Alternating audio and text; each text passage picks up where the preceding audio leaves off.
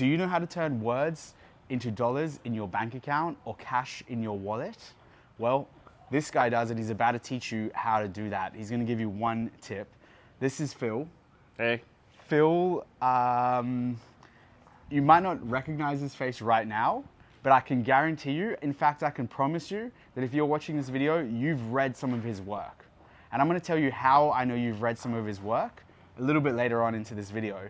But before we get to that and how I can fulfill and guarantee that promise, by the way, if I'm wrong about you reading Phil's work, then you don't have to subscribe, but you have to subscribe if you've read his work before. You'll be surprised at the sneaky place that that Phil's words got in front of your screen for you to watch this video. All right, so Phil is a copywriter. Maybe start off explaining a little bit about what copywriting is, and then you're gonna learn one tip that you can use regardless of if you're in sales, regardless of if you're an administration assistant, regardless of if you're a mother.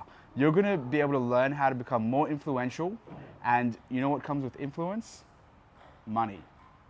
The richest people in the world, look them up on the Forbes list, they all have one thing in common. They all have influence. And how do you get influence? It's through this skill that Phil's about to teach you. He's gonna give you one tip. So Phil, to get to the top of the Forbes list. To get to the top of the Forbes list. What's the, all right, what's the one thing you've learned? How many, by the way, do you know how many words are in a book? How many words do you think you write a year?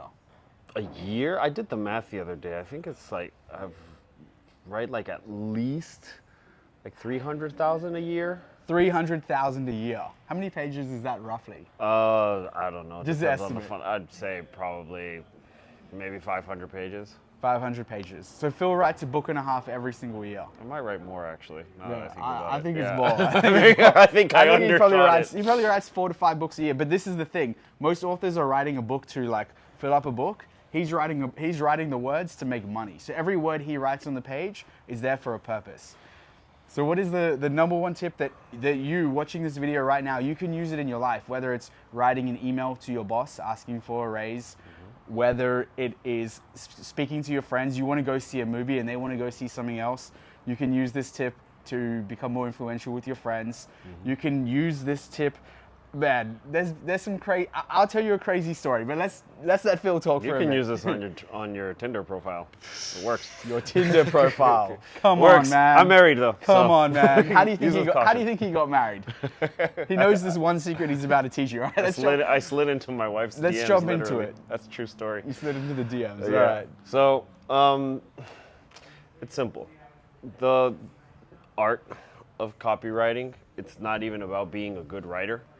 English doesn't even have to be your first language, to be honest. You just need Phil to, grew up in Mexico. Yeah, you just need to know how to. If you can write like a, how old are you in the 3rd grade? 7, 8? If you can write like an 8-year-old, you can write copy. And this strategy, or that one thing, just that knowledge of writing like an 8-year-old, is what's let me do like at least just in 1 year $1 million in email marketing, just like shooting off a short email a day. And copywriting is just, to put it simply, take words, turn them into cash. Take words, turn them into dollars. Take words, put them in front of a person, and you hypnotize the person into doing what you want. And I say hypnotize very specifically because that's really what persuasion is all about. And if I could reduce copywriting to just one thing, it's you have to pick a topic, a concept that is interesting to people. You can only talk about one thing. Here's where most people make a mistake, because we learn how to write essays, or we learn to write in school. Forget all that. You need to talk about, if you're going to sell, for example, a ring, a wedding ring, or any sort of ring, you're talking about one concept. Actually, speaking of rings, let's talk about Lord of the Rings. The plot of the whole story is one thing.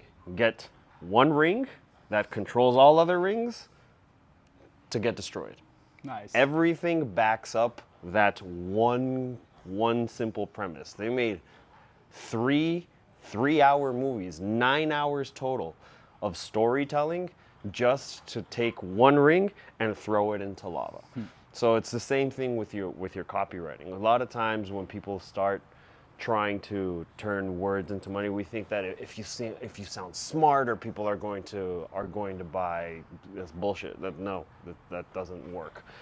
Do you need to use eloquent words? Do you need to talk about like whatever, like the science of things? That's the opposite of what you learn in high school. That's the opposite of what you learn in college. In college, they're like, you need to. If you write like a really like dumbed down essay, you're gonna get marked down. But at least my theory, when I was in high school, I was using the fanciest, biggest words I knew. Oh, the more you can use bullshit words, the better. Yeah. But it's the opposite for making money. Absolutely, because people just need to understand what you're talking about, and they need to like it. So keep it simple, right? As if you were an 8-year-old, and just only talk about one thing. So if it's one email, just talk about one thing in that email. If it's one video sales letter, just one core concept that you're talking about, the video sales letter. There's ways to link concepts together, and that like we get really, really fancy, and it can get really interesting. But most people don't need that. You just need to know one concept, one thing, and the who, what, where, when, why. Just talk about that, flesh it out. Nice. And tell people to buy, of course. Tell people to buy very soon. So if you're writing, let's say, a 20-sentence email, by sentence 3, you already told people, click here to buy. At least one, you tell people, click here to buy by like sentence 3 to 5, because that's where you can see it on the screen. And then you can just say it again at the end. Mm-hmm. Don't wait till the end. So this is, I told you, I'll tell you how you would have guaranteed to see his copy before. And if you hadn't, then you don't have to subscribe. But if you have, then you do have to subscribe. But before I tell you that, here's an exercise you can go and do right away, just to get a sense of what Phil's saying versus where you're at right now. So I want you to look at the last email you sent to your boss, or the last important message you sent to a friend, the last important thing you wrote down, okay? Or the last speech you gave. Transcribe it, get the words on a page, and then search on Google Hemingway app. I think it's hemingwayapp.com. Yes. Take the text, whether it's the email, copy paste it in, the SMS, the speech you gave, put it into the app, or the website. You just copy paste it in, and straight away it's going to give you one number, and that number is going to be the reading grade level that you wrote at. And I can almost guarantee that you're probably writing way higher than you think you are. You're probably writing at an 11th or 12th grade reading level. You want it to be a 3rd grade. But you want it to be a 3rd grade, right? So practice rewriting everything you do at a 3rd grade reading level, and then comment down below how your life changed. So the way that I know that you've seen Phil's copy is he came up with the title of this video. So if you clicked on this video, you've seen his copy. Gotta subscribe. You gotta subscribe. And as Mr. Beast says, straight to the top, subscribe for a cookie. See you on the next one, if you subscribe for a cookie. All right.